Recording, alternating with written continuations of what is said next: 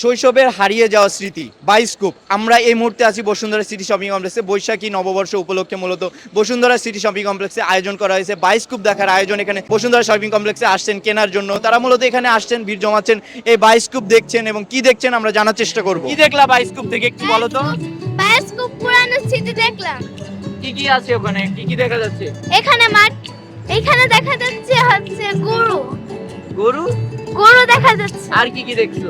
আর জমি দেখেছি। তুমি এর আগে কি এটা কখনো দেখেছো এরকম? না। কারো থেকে শুনেছো বায়োস্কোপের কথা? কারো থেকে শুনেছো? ইয়েস। কি শুনেছো? বায়োস্কোপে কার্টুনের মতো অনেক দেখা যায়। কি দেখলে এখানে একটু বলো তো। কি দেখেছো? কি দেখলে, এর ভিতরে কি আছে? কেমন লাগলো? ভালো না খারাপ? ভালো। ভিতরে গরু এর আগে কি কখনো এভাবে দেখেছো? না। তো এটাকে দেখে কেমন লাগলো? ভালো লাগলো। বাচ্চাকে বায়োস্কোপ দেখাইলেন, কি দেখাইলেন একটু যদি বলতেন। এটা আসলে এক ঐতিহ্যবাহী আমাদের বাংলাদেশের জন্য। আমরা ছোটকালে দেখছি যে বিভিন্ন মেলা, বিশেষ করে অ্যাকচুয়ালি যেগুলা গ্রাম অঞ্চলে মেলা হয়, ওই মেলাগুলোতে এরকম আমরা 2 টাকা 5 টাকা টিকিট কেটে তারপরে বায়োস্কোপ দেখতাম।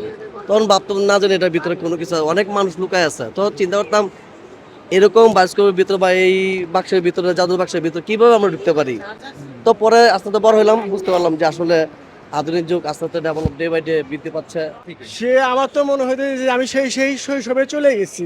আমার ছোটোবেলায় এগুলো দেখতাম, হাওয়াই মিঠাই খেতাম। হ্যাঁ, এগুলি ওখানে বিলুপ্তির পথে, এগুলি নাই। কিন্তু বসুন্ধরা যারা নাকি এই কাজটা করেছে তাদেরকে অশেষ ধন্যবাদ। তারা অনেক ভালো কাজ করছে, বাচ্চাদের দেখা সেই পুরনো ঐতিহ্যটা ফিরে আসছে। এটা বাচ্চাদের জানা দরকার, বোঝা দরকার যে বায়োস্কোপটা কি। আর দর্শক, ছোট থেকে বড় সব ধরনের মানুষই, সব পেশারই মানুষই, সব বয়সেরই মানুষই তারা মূলত বায়োস্কোপ দেখছিলেন। আমরা যেমনটা শুনছিলাম তাদের কাছ থেকে, বায়োস্কোপে একবার হলেও চোখ রাখার সেই অনুভূতির কথা বলছিলেন। আমি এখন বসুন্ধরা শপিং কমপ্লেক্স থেকে আছি, নাজমুস সাকিব, নিউজ 24।